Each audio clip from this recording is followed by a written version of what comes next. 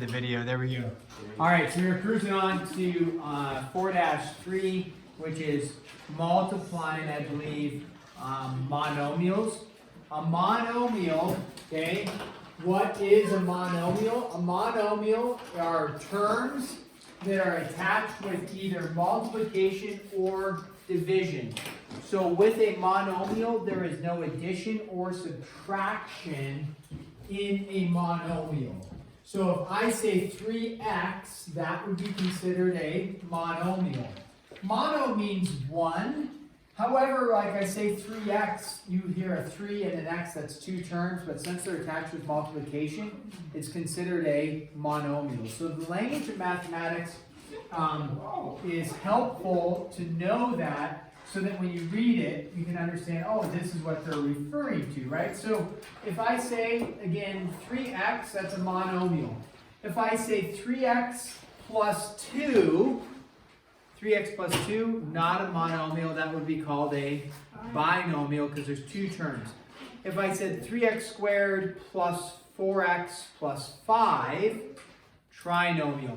After trinomial, we usually don't, we just call it like a general polynomial. We don't call it a quadnomial or anything like that if there's 4 terms.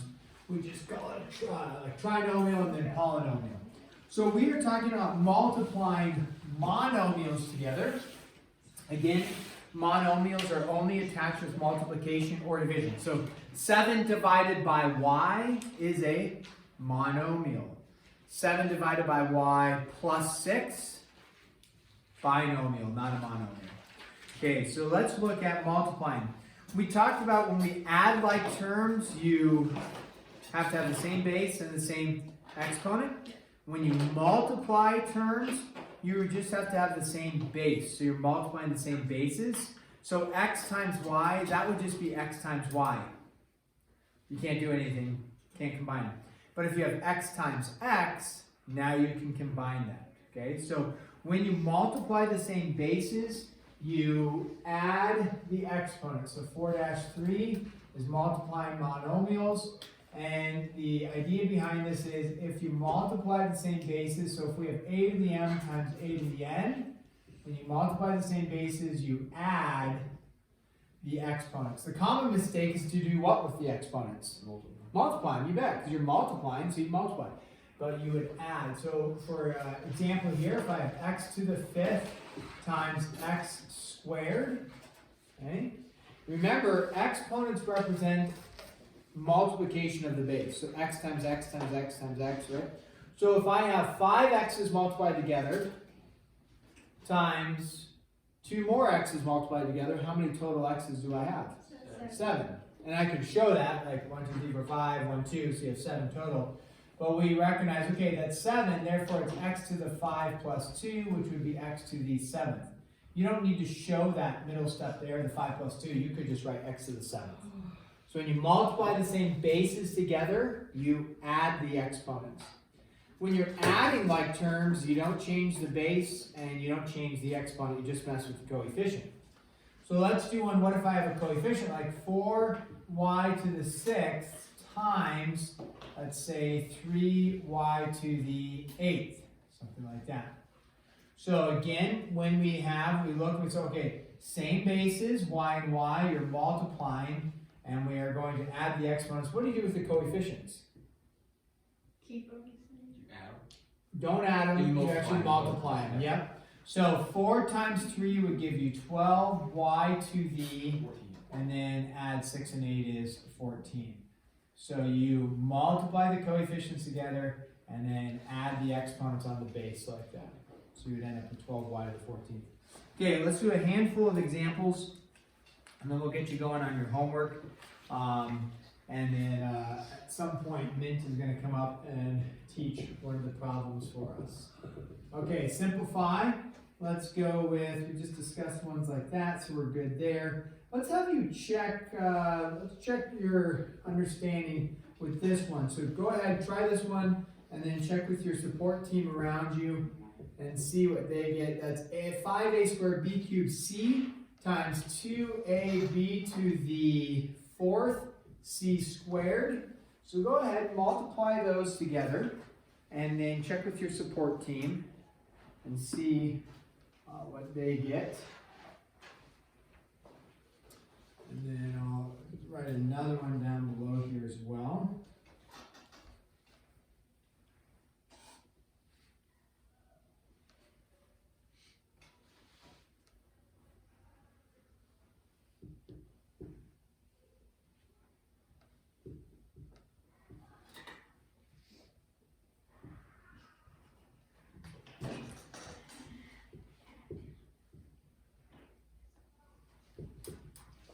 All right, we'll try number 2 as well. Try 1 and 2, and then we'll go over those together.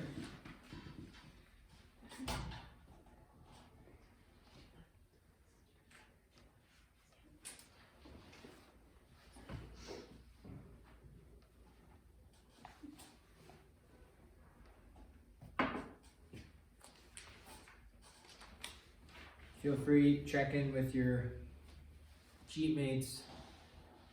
It's okay, JD, to ask men for help. You're so foolish. Maximizing Man, the JD space. has too many quote-worthy.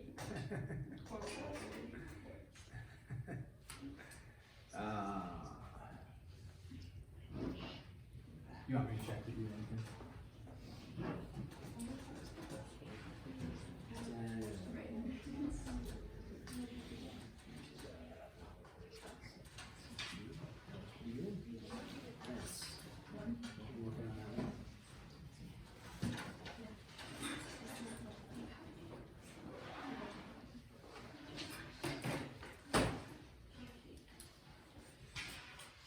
Okay, let's look at number 1 together.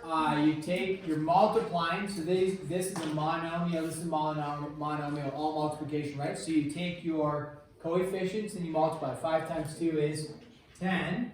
And then you're going to take your bases that are the same, so a squared and a, and then you add the exponents. What's the exponent on this a right here?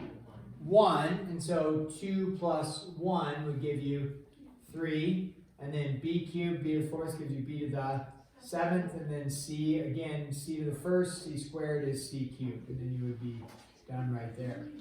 On number 2 here, you could go 15 times 8, right, and then get a big number, and then 2 times 10 is 20. I would not do that. What would I do first?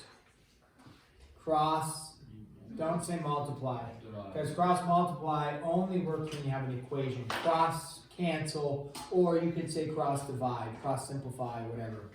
So you look at the 15 and 2, simplify nice and neat and easy for us. Now it would be a fraction or a decimal, which is fine, but that's what we want to do. So you look at the 15 and the 10. What goes into 15 and 10? 5. So 15, so we get 3 and 2. Then what about 8 and 2? 1 and 4. Yeah, 2 goes into 2. There we go. So now we have 3 times 4. Can we do another cross cancellation? You bet. How about the 4 and the 2 here? 1. Yeah, so 2 goes into 2 once, and then into 4 twice. So on the bottom, you only have what? 1, and so then on the top, you have 3. Let's start with the coefficients. 3 and 2 is 6, and then a to the a cubed, and a is a to the 4th, and then b to the 1st, b squared is b cubed, like that. Questions there on that one? Okay, fairly straightforward. We just have to do, this is a good one because it challenges our positives and negatives. So I like this one. Let's go with 4xy, monomial, right? Attached to multiplication. 2xy cubed, another monomial, and then negative 2y squared. Now that is a monomial because it's times a negative 2. It's not saying minus 2, it's times a negative 2. So simplify that one out.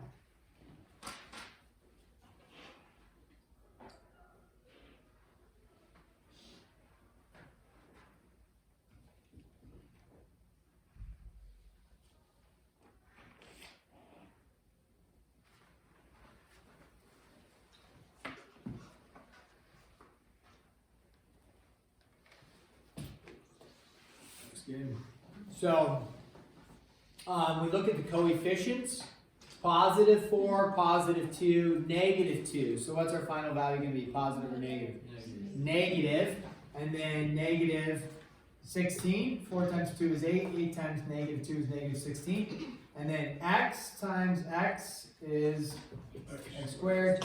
Y times y cubed times y squared. Just add all the exponents. 1 plus 3 plus 2 is y to the 6. All right, Mint, come on up. You're going to help us with this next one. This next one is, you're going to simplify. You're going to say 5x squared. Okay. Are you nervous? No. 2x cubed. That looks like stuff we've done before, but now we're going to tack on a plus 3x, 4x to the 4th. Okay. Go ahead, guys. Work on this one, and then Mint's going to walk us through it. So you can think through it. Yeah. You don't have to do it yet. You can think about it for a second. I can't get any shorter.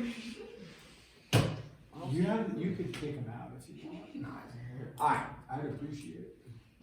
Did you say that? You can kick us out. They'd probably appreciate it too. Do you want to tell us what you're doing? No. No, he's not going to tell you what he's doing. He's just going to do it. I like it. Alright. Why do you have to write it so high? Well, you don't have to write it that high.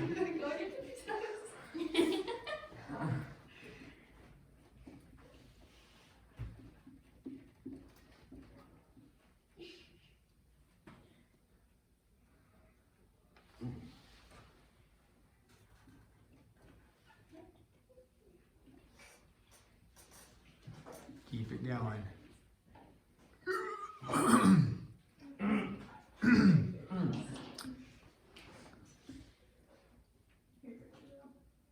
No. What did I forget?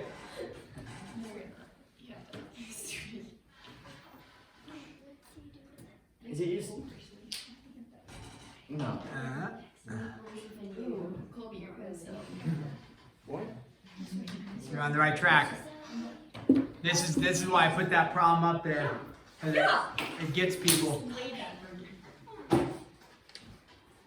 So remember, when you're not sure, then you just pretend that you do know, but you just need to ask the students. And then you're like, right. That's the mistake. See, Mint, this is where you turn and say, see, that's the mistake everybody makes. And so then You write the right number. then you write the right number based off of what the students tell you. And then you just hope that it's correct. Nice! All right, Mint, walk us through what you did, because that looks really good. Okay. So I multiplied these two, which is 10, and then add the x's, which is the fifth. Nice. And then you do it on the other side, which gets you that. And then you add those together, which gets you 22x, and then kind of this. Yeah. Yeah. You were testing their knowledge about the 10th. Yeah. Why is it a common error to put 10?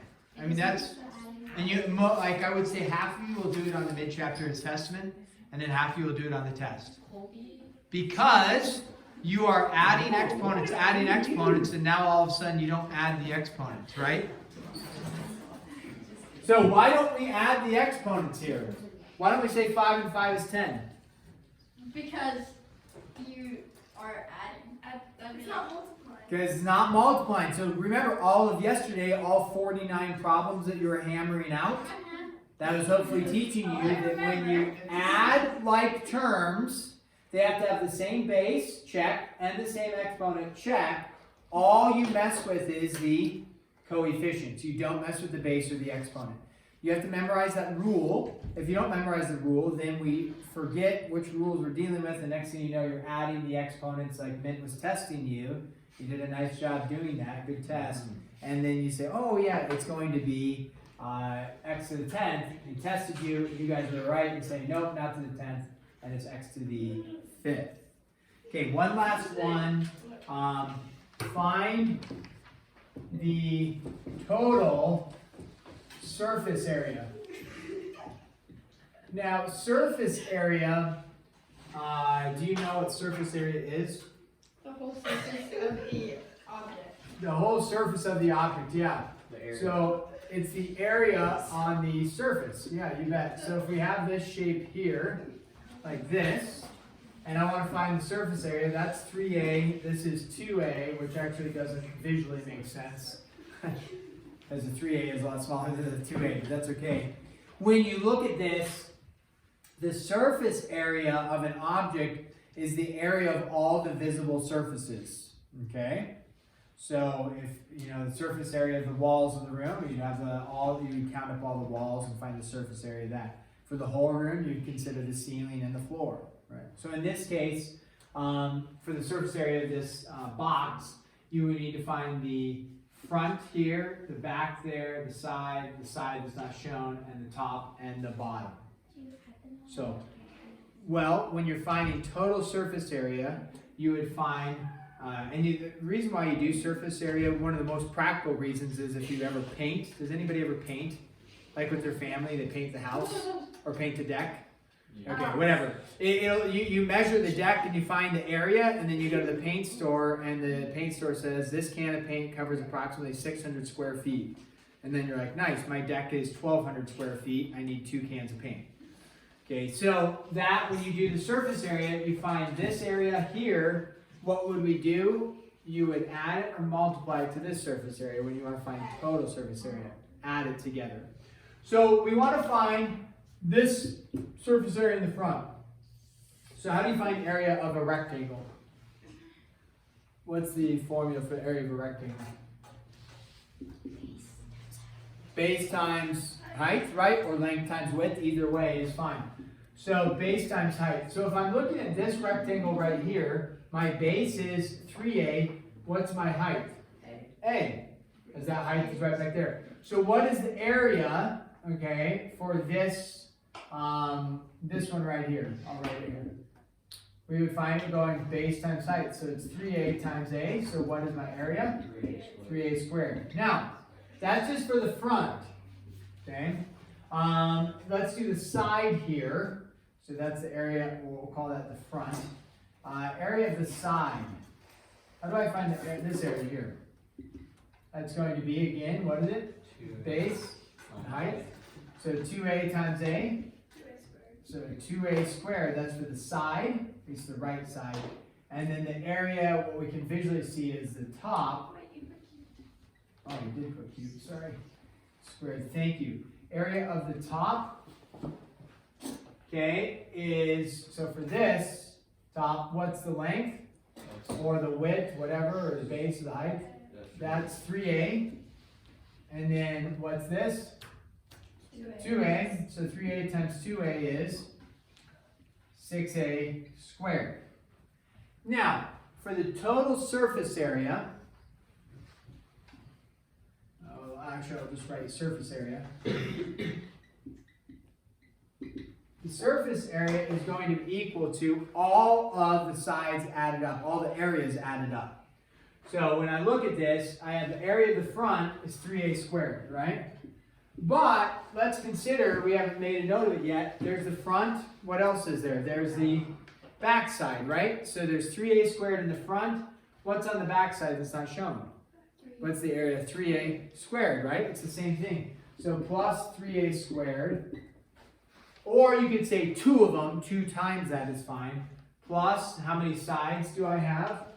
2A squared plus 2A squared. Because there's this side and then the left side, the right side and the left side. And then you have the top and the bottom. So plus 6A squared plus 6A squared. Again, you could say 2 times 3A squared, which will be the same thing, and 2 times the side and 2 times the top is fine. When we go to add, we have to have the same base and the same exponent. Do I have the same base? Yeah, what's my base? A. And then my exponent? 2. So I add all of them together. What is your base and your exponent going to be? A squared. Yep, don't change the base, don't change the exponent. But then your coefficients all change, they add up. And so what do we get when we add all those together? 22? 22a squared. There we go. So that's how you will do ones like that. Okay, let's stop there. We have a good 16 minutes to get some homework done. This will be due on